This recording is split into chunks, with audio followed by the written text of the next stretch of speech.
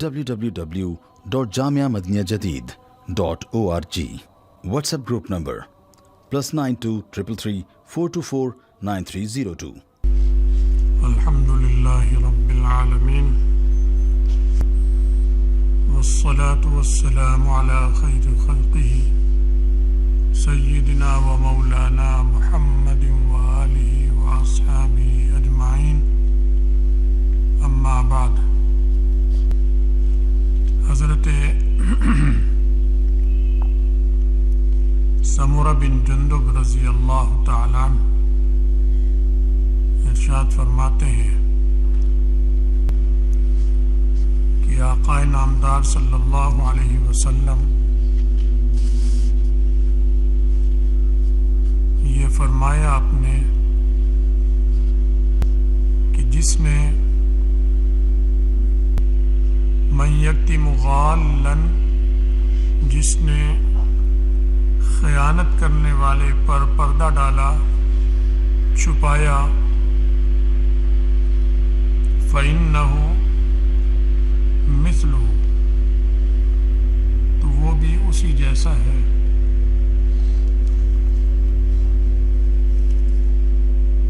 جہاد میں جیسے مال غنیمت اکٹھا ہوا، جمع کیا جا رہا ہے، اور اس میں سے کسی آدمی نے کوئی چیز چھپا لی، چاہے قیمتی ہو چاہے معمولی ہو، لیکن وہ ایسی چیزیں ہیں جو جمع کرانا ضروری ہوتا ہے، پھر بعد میں جمع ہونے کے بعد پھر وہ تقسیم کی جاتی ہے مجاہدین میں،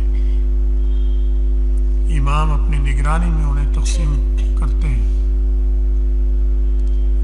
تو اس نے چرا لی، اس میں سے چھپا لی۔ اب جس نے دیکھا اس کو چھپاتے ہوئے، وہ اگر اسے پردہ ڈالتا ہے، فرمایا یہ بھی اسی کی طرح خائن ہے، یہ بھی بددیانت ہے۔ یہاں پردہ ڈالنا ثواب کی چیز نہیں ہے، اس لیے کہ یہ اس نے خیانت کی ہے دوسروں کے حقوق کی۔ اس مال غنیمت میں مجاہدین کا حق تھا،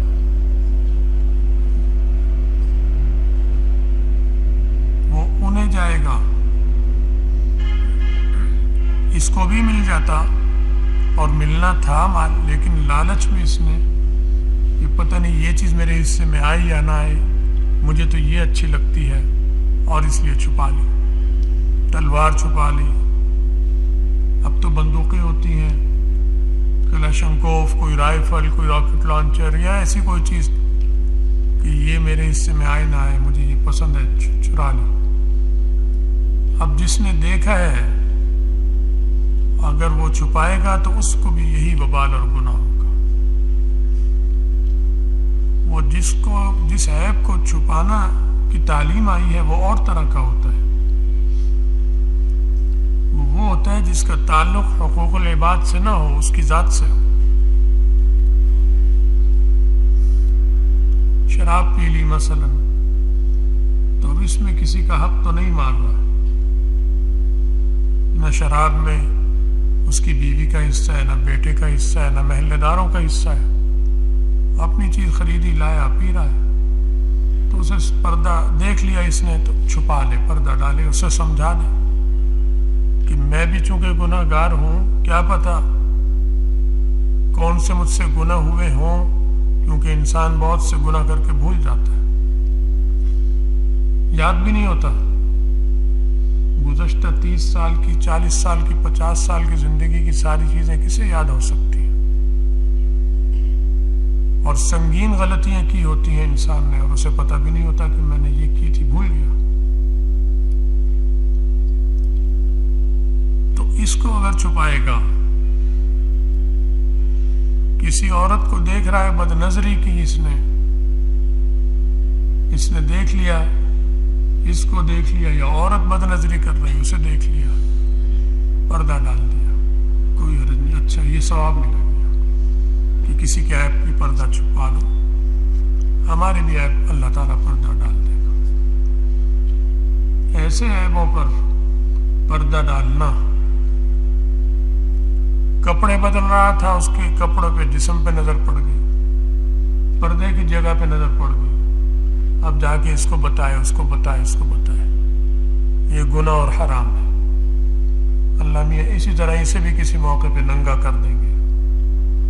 اللہ کا انتقام بڑا سخت ہے, اس سے کوئی نہیں بچ سکتا. تو یہ چھپا لے. اس کی اپنی چیز چرا لی, کسی کی چیز چرا لا, اس پہ پردہ نہیں ڈال سکتا کیونکہ وہ کسی کا حق ہے. اس کی اپنی چیز چرا رہا تھا, اس نے پکڑ لیا, دیکھ لیا, پھر اسے معاف کر دیا اور کہا کہ جاؤ آئندہ نہ کرنا. بتاتا نہیں یہ ٹھیک ہے کیونکہ اسی کا اپنا حق ہے, یہ بھی بندہ ہے, اس کا حق ہے.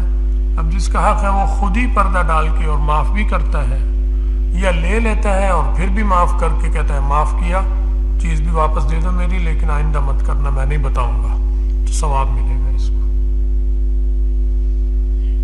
تو کسی کا نقصان کرے, مال کسی کا ہو اور پردہ یہ ڈال کر ثواب کمانا چاہے, سمجھے کہ مجھے اجر ملے گا, ایسی بات نہیں. یہ حقوق العباد ہے. اس کا بتانا ضروری ہے. امام کو بتائے کہ اس نے فلاں چیز ایسے چرائی ہے اور چھپا لی ہے, تاکہ ایسیوں کو سزا ملے اور آئندہ کے لیے ایسوں کا سد باب ہو جائے. ورنہ اس نے اس پہ پردہ ڈالا, اس طرح اور بھی پردہ ڈالیں گے اور رل مل کے پھر شروع کر دیں گے, چلو تم بھی نہ بتانا, میں بھی نہیں بتاؤں گا. تو پہلے ایک تھا, اب 2 ہو گئے, 2 سے 3 ہو جائیں گے, یہ کام کرنا شروع کر دیں گے. تو اس کو روکنا ضروری ہے. تو ایسے گناہ جن پر پردہ ڈالنے کا ثواب ہے, اجر ہے, وہ اور قسم کے ہیں. وہ اس کی ذات سے وابستہ ہے. جس سے گناہ ہوا اس کی ذات کی حد تک ہے, یہ چھپا لو, اس میں ثواب ملے گا. لیکن کسی کا مال اٹھا رہا ہے, چرا لیا, قتل کر دیا, زخمی کیا اور بھاگ گیا, اور اس نے دیکھا تھا کہ یہ زخمی کر کے بھاگ رہا ہے, اب اس کو چاہیے کہ اس کو مت چھپائے, بیان کرے. لیکن آج کل تو دور ساری طرف غنڈے بدماشوں کا ہے. وہ جو مار کے بھاگ گئے وہ بھی غنڈا بدماش ہوتا ہے, اور جس کو مارا ہوتا ہے وہ بھی بعض دفعہ وہ بھی غنڈا بدماش ہوتا ہے. پھر تھانہ سارا کا سارا غنڈے بدماشوں کا ہے, کچہریاں بھی انہی کی بھری ہوئی ہیں, وکیلوں کا بھی یہی حال ہے. اب اگر یہ بیچارہ بتا دیتا ہے اور اس کی شامت آ گئی کہ جی میں تجھے نہیں چھوڑوں گا, تو اسے کون بچائے گا؟ حکومت تو اسے نہیں بچاتی. حکومت تو ظالموں کی اور غاصبوں کی ہے, یا کافروں کی ہے یا کافر جیسوں کی ہے, جن کے عمل وغیرہ سب کافر جیسے ہیں. اعتقاد تو اللہ کو پتہ ہے. تو اب اگر سمجھتا ہے کہ بتانے میں میری جان کو خطرہ ہے, میری آبرو کو, میرے بچوں کو, تو یہاں نہ بتائے. اب اس کا وبال حکومت پر ہوگا, کیونکہ اس نے حکومتوں کی نالائقی کی وجہ سے یہ ڈرا, کیونکہ اس کی حفاظت کا انتظام نہیں ہے حکومت کے پاس. نہ تھانہ کرتا ہے, نہ جج کرتا ہے, نہ یہ نہ وہ, کوئی نہیں کرتا. سب ایک فیس اور پیسے لینے کی کرے گا. اس کو بھی بٹوریں گے پیسے, اس کے بھی بٹوریں گے پیسے. ظالموں کا ایک ظالموں کا بس اقتدار ہے ظالموں کا. اگر گمنام خط لکھ کر یہ کر سکتا ہے کہ خط لکھ دے, تحریر کا بھی پتہ نہ چلے, پھر کسی ذمہ دار حکومتی عہدیدار یا کسی کو ایسے اطلاع کرے کہ یہ ہے اس کا فلاں قاتل یا فلاں زخمی کرنے والا وہ ہے, لیکن میں اپنے کو ظاہر نہیں کر سکتا کیونکہ میرے لیے اس میں مشکلات ہیں. اس طرح کر سکتا ہے, اس طرح کر دے, کوئی حرج نہیں, کوئی گناہ نہیں ملے گا. مظلوم کی مدد کا ثواب ملے گا. مظلوم کی آگے مدد ہوتی ہے نہیں ہوتی وہ ان کا حکومتوں کا ذمہ ہے. تمہارا فرض ادا ہو گیا, تمہیں اللہ تمہارا اجر دیں گے انشاءاللہ. تو ارشاد فرمایا ہے کہ جو اس خائن پر پردہ ڈالے گا وہ اسی جیسا ہو گیا, کیونکہ مدد تو ان کی کرنی چاہیے, مدد اس کی کر رہا ہے پردہ ڈال کر. تو گویا رحمت اور شفقت ان کے ساتھ کر رہا ہے, ہونی ان کے ساتھ چاہیے جنہوں نے جہاد میں حصہ لیا، قربانیاں دی ہیں، اب ان کا اس میں حصہ ہے ہر چیز میں. جب تک ہر ایک کو مل کے تقسیم نہ ہو جائے، جب تقسیم ہو جائے گی وہ ہر ایک کی اپنی ملک ہو جائے گی، پھر اپنی حفاظت کا خود ذمہ دار ہے. لے بیچے، خرید و فروخت جو چاہے کرے، کسی کو آگے تحفہ دے دے، لیکن تقسیم کے بعد ہوگا، تقسیم سے پہلے نہیں کر سکتا. یہ فوجی اصول ہے اسلام کا، مجاہدین کا اصول ہے، یہ بتایا جاتا ہے. اب تو کسی فوجی کو بھی نہیں پتا، کسی جرنیل کو بھی نہیں پتا، بریگیڈیئر کو بھی نہیں پتا، نہ کرنیل کو پتا ہے، نہ جرنیل کو، کوئی پتہ ہی نہیں کسی کو حرام حلال کیا ہوتا ہے، کیا حقوق ہیں کیا نہیں. طالبان نے خیال رکھا اس کا. وہاں اگر مجاہدین نے کوئی مہم سر کی ہے تو اس میں تھوڑا زیادہ جو بھی ملا بیچاروں کو وہ انہوں نے مجاہدین میں تقسیم کیا. انہیں پتہ ہے کیونکہ انہیں علم ہے، علم سیکھتے ہیں. یہ علم سیکھتے ہی نہیں ہیں، یہ تو جہالت سیکھتے ہیں. نظامی جہالت کا نافذ ہے. یونیورسٹیوں میں جہالت، کالجوں میں جہالت، صحیح بات چھپا کر جہالت پڑھا دی جاتی ہے اور انہیں کہا جاتا ہے کہ تم پڑھے لکھے ہو گئے. اب وہ سمجھتے ہیں بہت پڑھے لکھے.